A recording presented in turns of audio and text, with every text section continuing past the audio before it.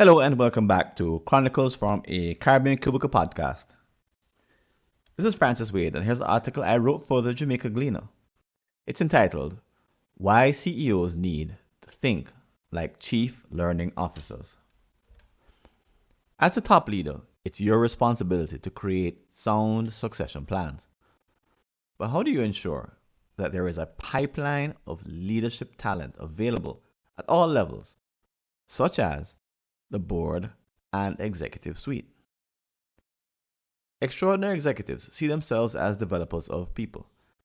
They take a 360-degree view of their world, paying attention to every scrap of expertise they can rely on to get the job done. This perspective is an unusual one to adopt. After all, the default assumption is that by the time someone reaches the top of an organization, they should be fully ready for the role. In other words, all the training they need should have been completed. Recent responses to recessionary pressure have not helped. Since the downturn of 2008, learning and development budgets have been cut and have never recovered. Most companies have narrowed their focus to provide training for essential jobs only. The whole activity is now seen as an expense to be incurred only when it's an absolute must. This practice has affected all employees, but especially those at the top. Gone are the 2 week to 4 month executive development programs in overseas universities. Need a coach? That's a personal investment. The idea is, if you don't have the skills needed at this high level, you shouldn't have the job. But this logic is deeply flawed. Things are changing so quickly in our world, fueled by new technology, that no one should feel secure in what they know today. Instead, their only lasting weapon is their capacity or ability to grow. How can you produce this transformation as your company's leader? Number one, make it safe to have gaps. If you're the kind of leader who must demonstrate superior knowledge and skill at all times, you'll be in trouble. Why? Your competitive nature got you the top leadership job, but now it's preventing you from helping others. For example, your peers may believe that you don't have gaps or don't see them. They'll return the favor. How? They'll follow your lead and pretend to know what they don't or do what they can't. Neither response is productive. As a CEO, you need to tackle the fear people have to reveal their gaps openly. The remedy is simple. Become the most active learner in the company. Share your developmental needs with staff and your plans to close them. As you do so, create opportunities for others to share as well. Encourage them to be open. Number two, look in all directions. This may sound unusual, but you should also engage board members and chairpersons in their development. If you fail to do so, expect your board to make decisions they don't comprehend but think they do. The fact is, much of their knowledge is probably outdated and their skills are stale. Yet they must decide between competing proposals in board meetings the best they can. The same, of course, applies to the occupants of the C suite.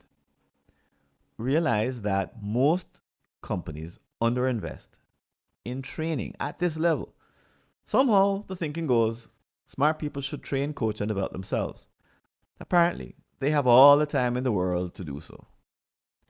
This folly leads CEOs to ignore the developmental needs of others immediately around them.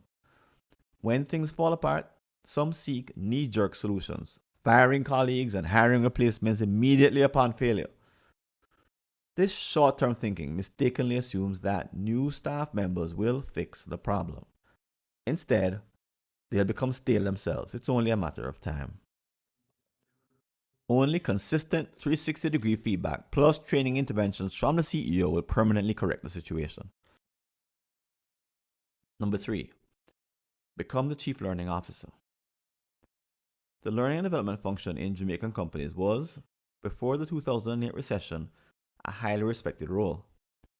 Since then, many practitioners have disappeared, merged into human resource departments, becoming freelancers, or migrating. But their reappearance would not necessarily solve the problem of stale executive skills. Why? Persons in this position aren't suited to determine the training needs of those far above them in the hierarchy. For example, few L&D professionals can effectively guide a board. The fact is, the CEO should step in and play the role of Chief Learning Officer. This person can coach those at the top of the organization to higher performance. Unfortunately, most CEOs don't have skills in this area. Yet, they must have developmental conversations with C-suiters and also board members. No one else is equipped. Failing to act is the same as allowing the company to languish. As such, CEOs should think like CEOs to help organizations succeed. In these tumultuous times, the need is greater than ever before.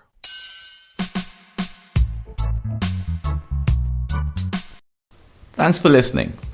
Do you have an unsolved problem in your Caribbean company related to strategy, productivity, engagement, or business process improvement?